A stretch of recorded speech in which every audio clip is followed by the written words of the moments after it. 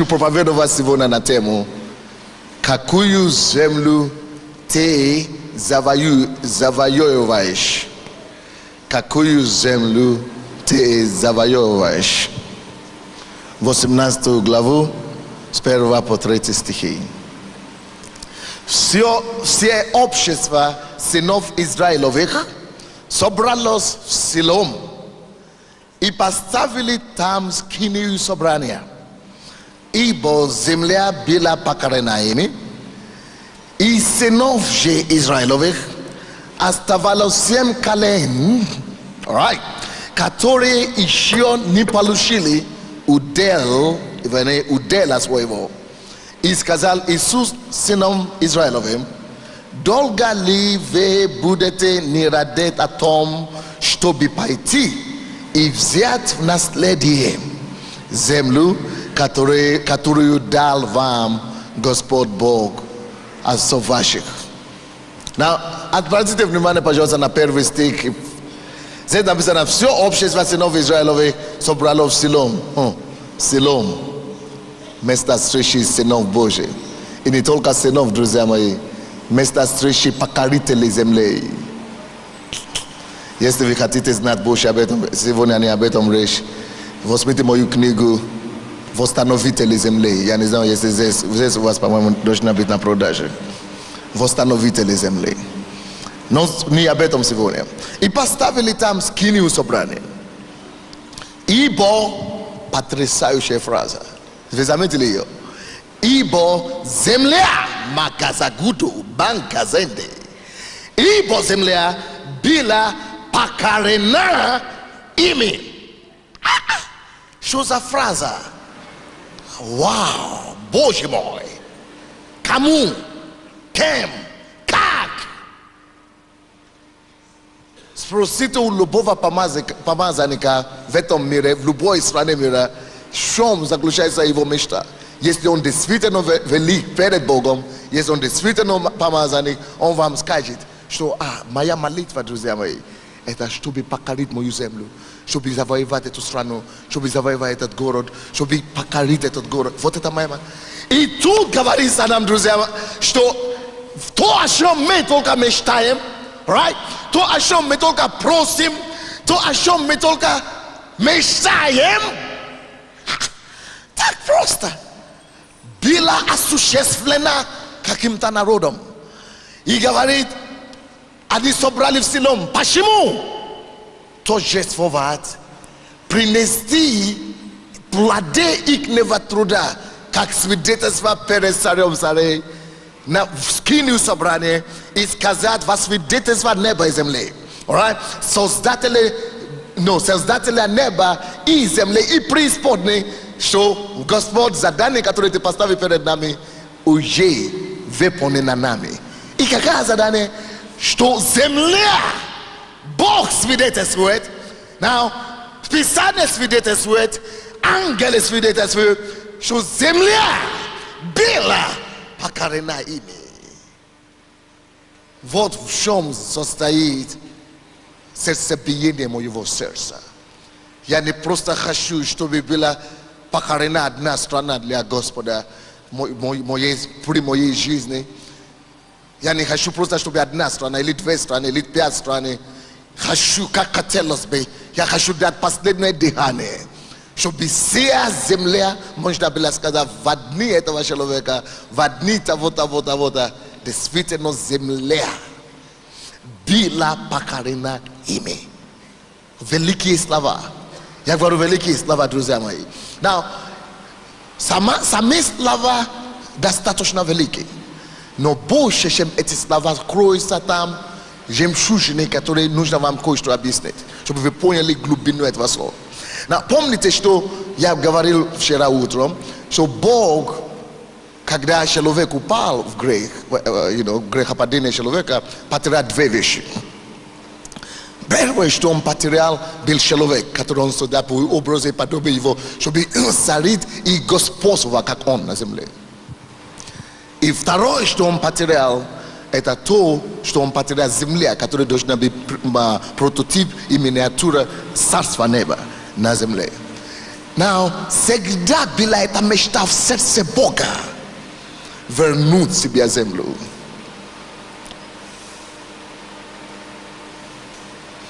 И до сих пор это его мечта, друзья мои. Земля не принадлежит дьяволу. Не для него он его создал. Он всегда мечтал. И для образа, для нас, живущего в Новом Завете, Бог иллюстрирует его мечту нам. В Ветхом Завете. И создал образ земли обетованной. Чтобы, вы знаете, весь Старый Завет, Ветхий Завет, это всего лишь образ, подсказывающий те, которые будут жить полнота времени. Искупленных, которые должны исполнить последние задачи и мечту Бога. Чтобы они поняли, в чем состоит их задача на земле. Чтобы они поняли смысл искупления. Он устроил жизнь избранного народа Израиля так, чтобы она была иллюстрацией и подсказку, какой должна быть жизнь избранных, искупленных в Новом Завете. И в чем должна состояться наша задача? Поэтому он вывел из Египта, как он нас вывел тоже из нашего Египта, из греха.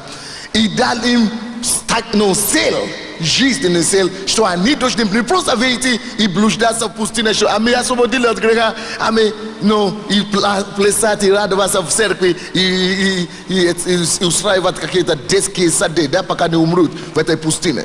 Потому что церковь стала своего рода пустиной. Если церковь не имеет миссию, что задача Бога, почему он создал церковь, чтобы отвоевать землю обратно себе, эта церковь умирает в пустыне.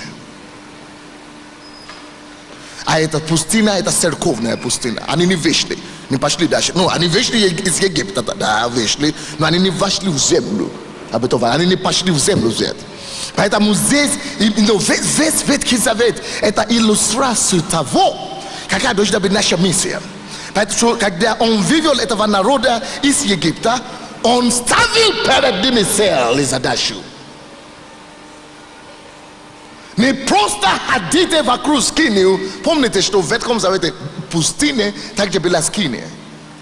Он не хотел, чтобы они довольствовали скинию в пустыне. Он не говорил им, делайте скинию в пустыне и вокруг него ходите и живите в пустыне, но в скине. То есть скиния это как церковь сейчас. Он не говорит, что после выхода из Египта постройте себе церковь и только в нем ходите вокруг него.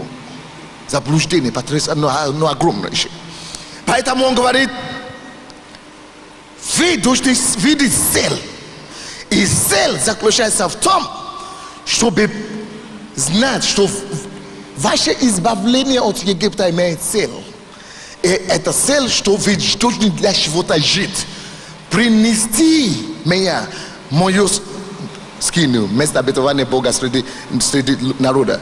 Принести на землю, утвердить его, ту новую землю, куда вы должны завоевать. И вы знаете, что не просто землю Израиль завоюет, он выводит их, и они распределили земли по семьям, по коленам. То есть каждый имеет свой удел, какой надо завоевать. То же самое, как нам сегодня. Каждый из нас должен иметь свою землю обетованную, которую он должен покорить для Господа. Почему для Бога это важно? Бог хочет подсказывать нам и подсказать нам, что в Новом Завете надо будет завоевать и вернуть Богу всю землю, планета Земля. И он дает нам иллюстрацию, что когда вы будете искуплены Иисусом, когда вы будете в церкви, вооружены и снабжены Богом, знаете, что сил Бога и мечта его, что то, что было потеряно из-за человека, из-за грехопадения одного человека, чтобы через второй Адам, а мы с вами второй Адам, чтобы это было возвращено, то, что было потеряно одним Адамом, чтобы второй Адам теперь вернула Богу земле, которую он потерял. Кто-нибудь слышит меня сегодня? Давайте вам кое-что покажу. Псалом 49, а по-английски 50. Псалом 49. A u nas na anglийском это будет 50. 50 псалом.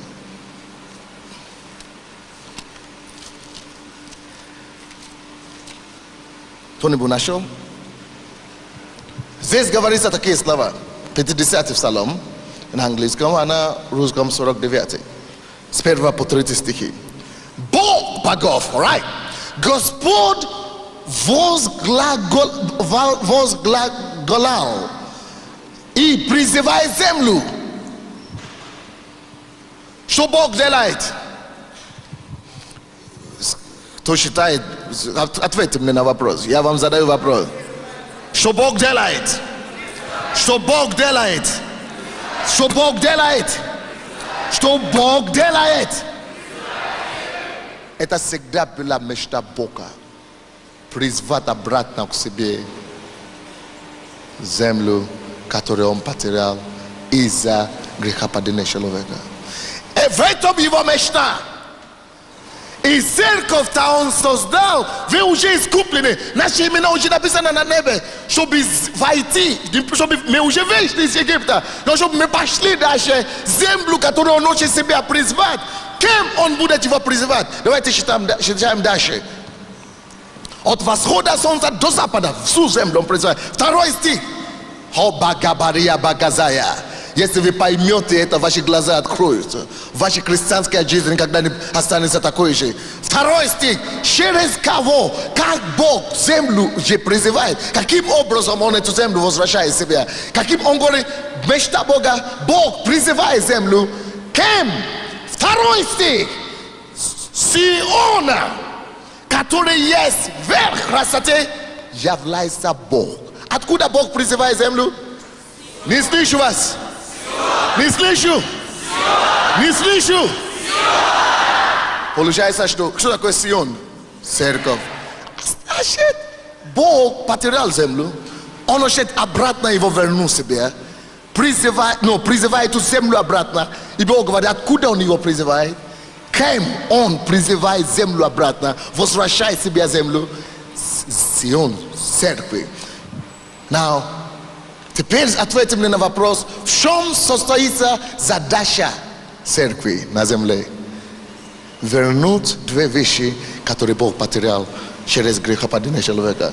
Вернуть человечество через искупление из крови Христа и вернуть землю, на которой он живет. Кто-нибудь слушает меня сегодня или нет?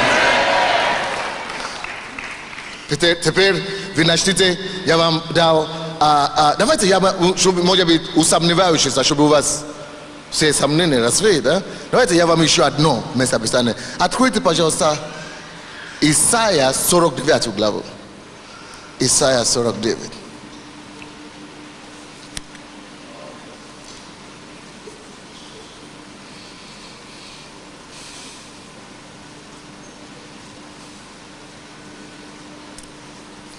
Восьмой стих. Здесь написано, так говорит Господь.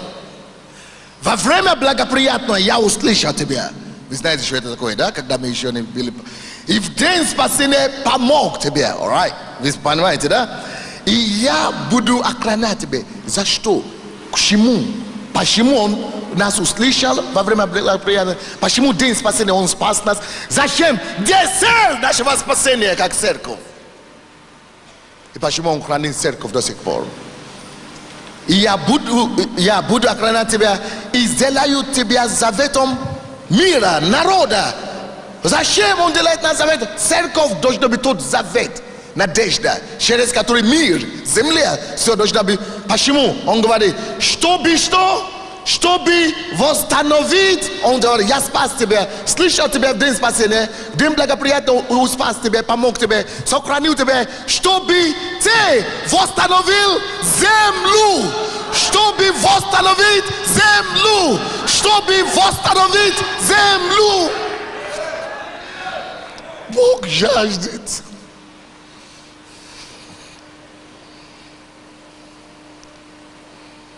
Чтобы земля была восстановлена ему. А что такое земля? Все сферы жизни, мы говорили об этом вчера.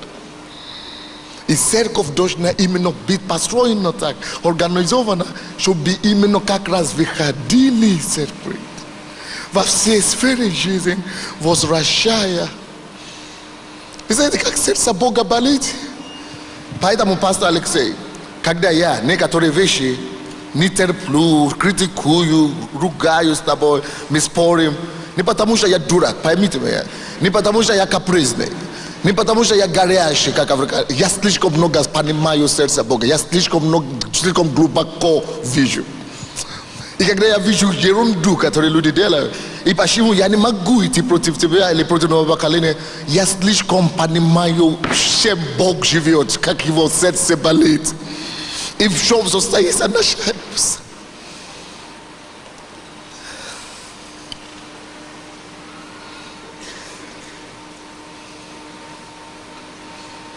И когда у церкви нету цели,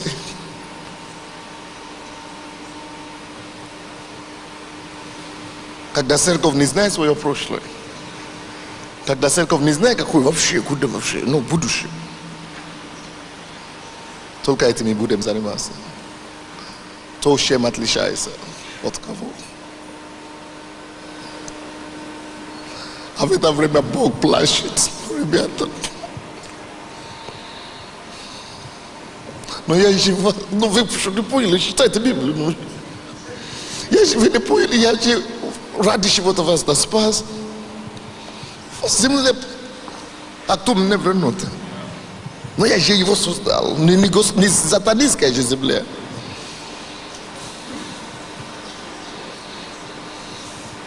И правительство, и власть, и политику, и бизнес, и золото, и серебро, греще земля. Поймите, я хочу призывать землю себе обратно, создал церковь, иллюстрировал это все в Ветхом Завете, чтобы вы поняли, что есть цель вашего избавления. Чтобы вы каждый пошел в землю, свой удел какой-то сферы, куда я вам уже заложил вас таланты. Ведь причина талантов, которые дары разные, которые Бог вложил каждому, и не чтобы сидеть в церкви, или чтобы зарабатывать зарплату. А эти дары как раз, чтобы его дать человека, дать ему простор, чтобы дать ему простор в той сфере жизни, чтобы он мог эту землю, той кусочек земли, Богу вернуть и принести его славу туда.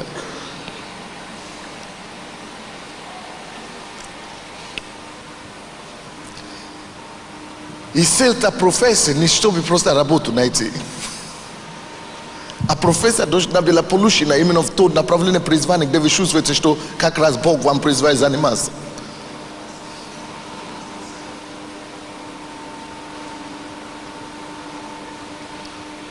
С этим предусловием теперь вы поймете проповедь, которую я сейчас хочу вам читать сегодня. Давайте вернемся в Иисус Навин 18 главу.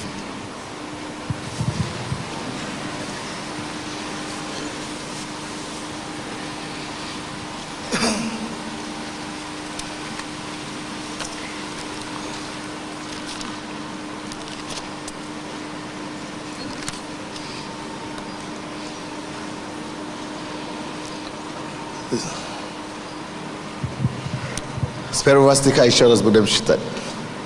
Все общество сынов Израилевых собрало в Силом и поставили там скинию собрания, ибо земля была покорена ими.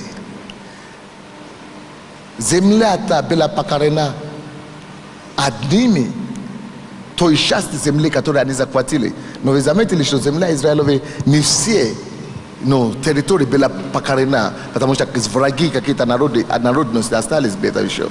Вы знаете почему? Потому что второй стих. Из сынов же Израилевых оставалось 7 колен, которые еще не получили удела своего. Видите? Каждой церкви такие есть. 3 стих. И сказал Иисус сынам Израилевым. Посмотрите, давайте я сначала расскажу. В чем состоится роль пастора? Иисус Навин здесь, вы же понимаете, выступает в роли кого? Пастора. То есть пастора, который водит людей. И роль Иисуса Навина в земле обетованной только в одном заключается: помочь каждому колену Израиля получит свой удел.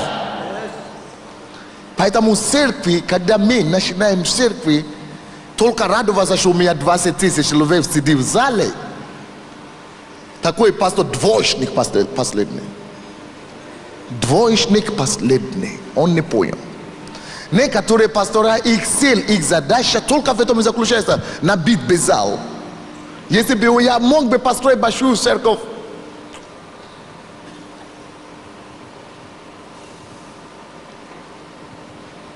ведь есть сил для большой или малой церкви.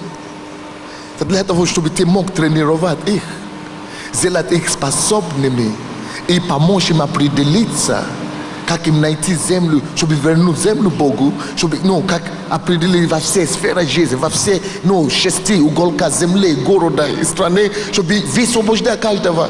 Я всегда говорю, что моя мечта в чем заключается, чтобы вытолкнуть, вытеснить все мои 25 человек, 1000 человек, просто вытеснить их в мир. Я им говорю, все вы должны иметь свое служение, начните общественную организацию, начните, это самое. Я дал 7 направлений вчера утром, да, которые нужно завоевать, политику, медиа и так далее. Но под каждым направлением есть от 20 до 100 направлений. Допустим, если мы говорим экономику, это есть бизнес, есть индустрия, есть техническая, это самая компьютерная индустрия, есть нефти, есть газ, есть... Можно 1000 направлений найти. Они сидят. И они заставляют сердце Бога горчаться. Бог плачет, его сердце мучится. Иисус не может вернуться. Он говорит, пока это Евангелие созвонит. А мы сидим и говорим, я строю церковь самую большую. Кого мы впечатляем? Поэтому говорит, что то, что впечатляет людей, то, что мы возвещаем глаза человека, мерзость перед Богом. Вместо того, чтобы мы помогали каждому человеку найти свой удел, выделять ему. Только в этом и заключается церковь. Но призвание пастора не проповедовать, не красоваться, не носить галстуки, это самое, и не ездить на джипа и красоваться. Ерунда все, Бог мучается, Он хочет вернуть себе землю, а мы чем занимаемся?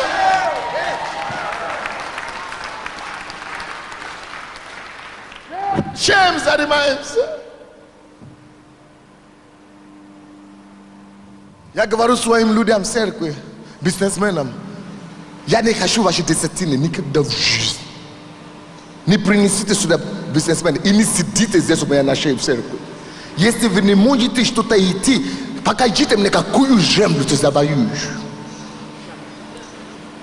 Поэтому, если ты призван бизнес компьютерный, знаешь, что твоя цель и задача, как нам это показано в Ветхом Завете. Задача не в том, чтобы плоды земли только собрать, сорвать.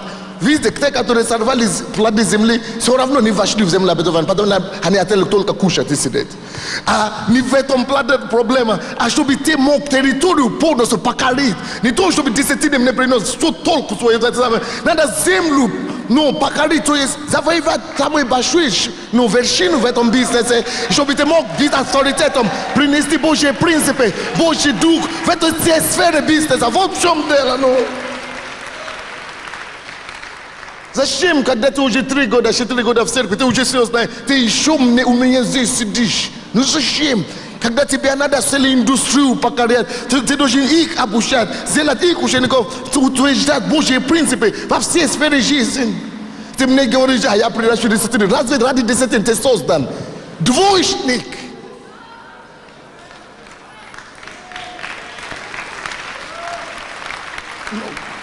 Когда нет разумения, проблема. Поэтому он говорит, что народ мой, гибнет от невежества. Что мне делать? Когда они не понимают, что поделать с ним? И особенно это больно в Америке. Нам надо спасать Америку. Ерунда. То есть миллионы верующих, пропадает народ. Никто не понимает смысл всего этого.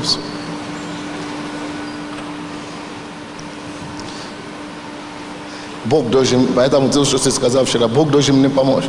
Потому что я не могу ездить по всему миру сам. Надо разбудить церковь. Вот почему мне эти детские игры в церковь не могу перенести. Мне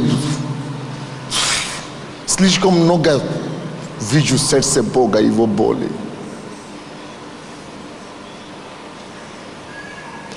Мы не должны начинать сосредоточиться на вторичном вместо первичном.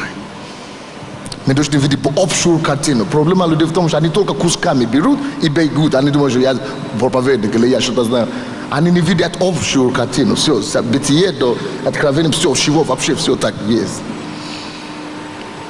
И это то же самое, что было в этом бытие, в этом Иисус Навин. Иисус Навин говорит, в то время, когда одни поняли и идут работать на своей земле. Ну, если вы считаете то же Неемия, то же самое. Все должны участвовать в строительстве, в восстановлении земли. Это как земля восстанавливается. Кто-то возьмет за двери, кто-то окно берет, кто-то такой. Поэтому определяется, каждый человек призван, чтобы землю восстанавливать. И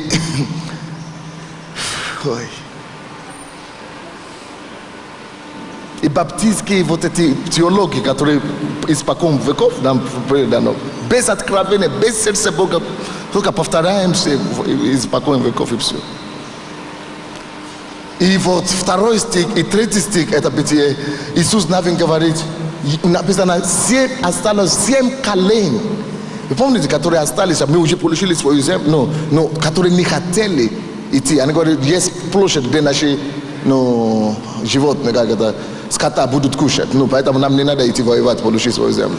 То есть, он говорит, доколе вы будете, 2-3 стих. И сынов же Израилевых осталось 7 колен, которые еще не получили удела своего. И сказал Иисус сынам Израилевым, долго ли вы будете не радеть? Не радеть о том, чтобы пойти и взять в наследие. Вот сердце Бога. Это же Иисус, это прообраз Бога, как кричит вот так. А кому он кричит? Это же не просто, чтобы мы историю узнали. Это нам, чтобы церковь поняли, чтобы мы не повторили эту ошибку. Вот долго ли вы будете не радеть, то и не переживать. Вы не переживайте о том, что земля не возвращается Богу. Вы не переживайте о том, что земля осталась в руки прежней. До искупления, те, которые там и владели его. Вы не переживайте, вы не живете этим, вы не живете в моем сердце, вы не живете в моем бремени, вы не... А то, что хорошо, что был Иисус Навин, который пастор понимал, и людей так только. А в наше время еще вообще уже хуже. Даже пастора сами вообще не поняли, что делать церковь с людьми. Они даже их не направляют, чтобы идти возвращать в землю Богу и так далее.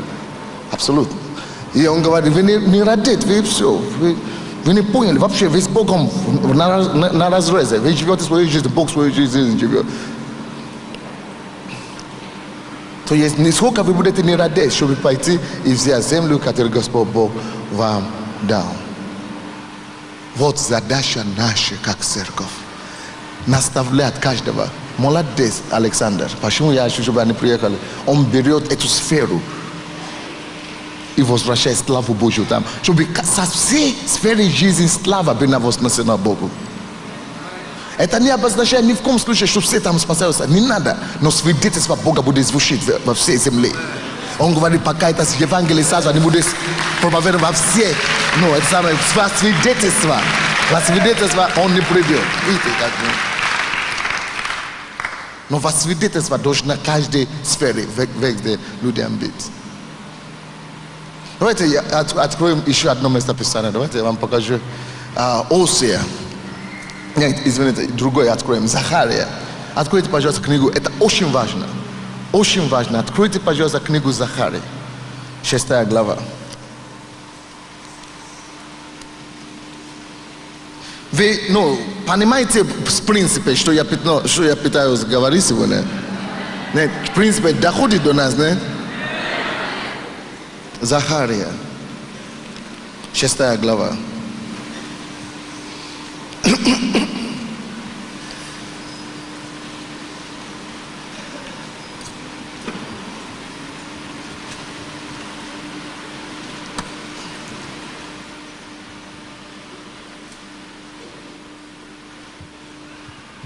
Давайте прочтем 6 стиха.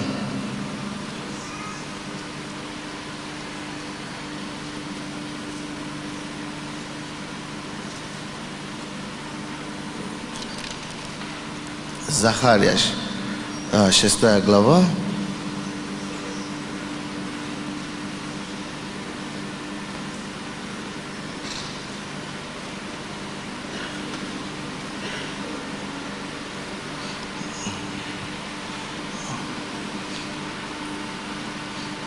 Вон они кони там выходят к стране северной. И белые идут за ними, а пеги идут к стране полуденной. 7 стих. И синие, отметьте себя слово, и синие вышли, и стремились идти, чтобы пройти землю. Right? И он сказал, то есть Бог говорит им, идите, пройдите землю, и они прошли землю. 8 стих. Тогда позвал он меня, он позвал одного из ангелов, и сказал мне так: Бог, смотри, посмотри те, кого я послал. Одни только пошли. И те, которые пошли в ту северную страну, куда я послал, он говорит: посмотри, вышедшие в землю северную успокоили дух мой на земле северной. Потрясающая вещь. Куда вы бегом 3 человека сюда, 4. Бегом, куда? Самне, ко мне, 3-4 человека. Ну, ребята.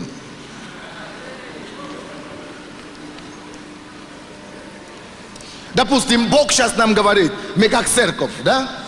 И он берет, да, нормально, он берет ответственность за, допустим, город. Он говорит, что я иду в этот город. Благовещенск, как духовный, он духовное направление, как проповедник, чтобы завоевать этот город и молиться, все, влияние построить церковь. И знаете, что Бог говорит? Спасибо. Говорит, небо, ангелы, посмотрите, я призываю всех вернуть на землю, обозревать на землю, охватить на землю. Один пошел землю северную, или город Благовещенск. И видите результат? Он успокоил мой дух на земле северной. Дух Божий бутуется. Вы помните, как в начале его ходит туда-сюда, обозревая землю, ходит. Он ищет, кто принесет царство туда.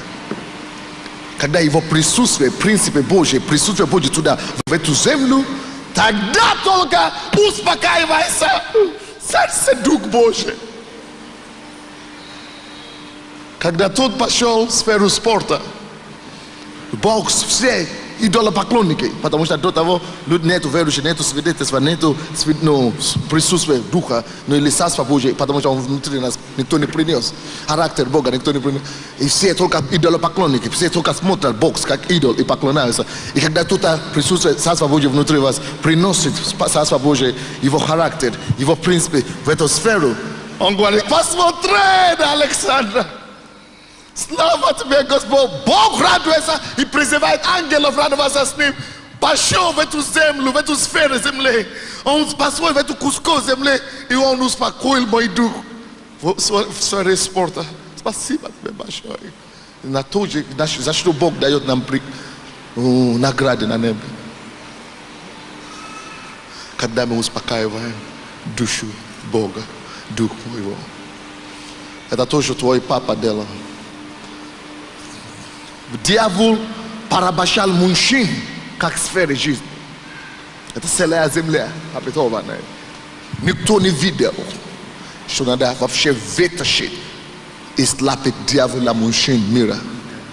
Пока Эдвин Кол не восстал.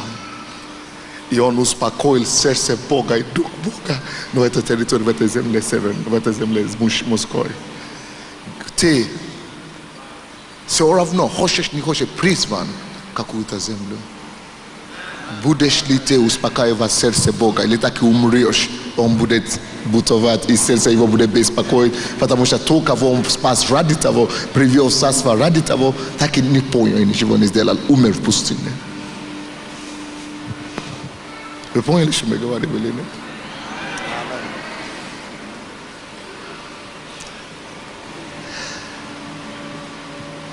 Церковь, Nasze atmosferas, usate atmosferas, za tu Cusco, território земли, который Бог нам призывает.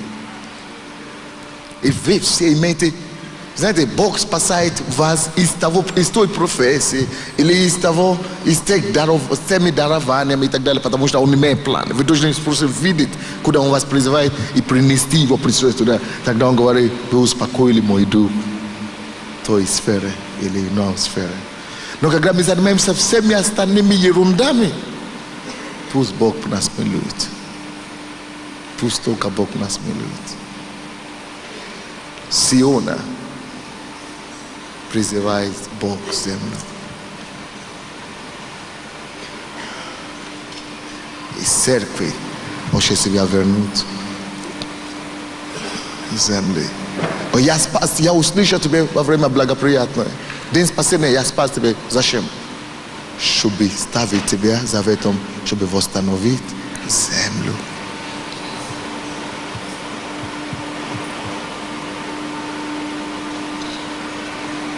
Второй закон, 6 главу, давайте откроем. Спасибо, ребят.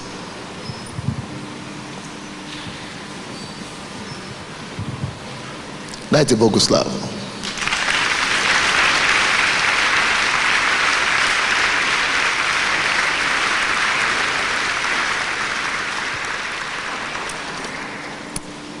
Второй закон, 6 глава.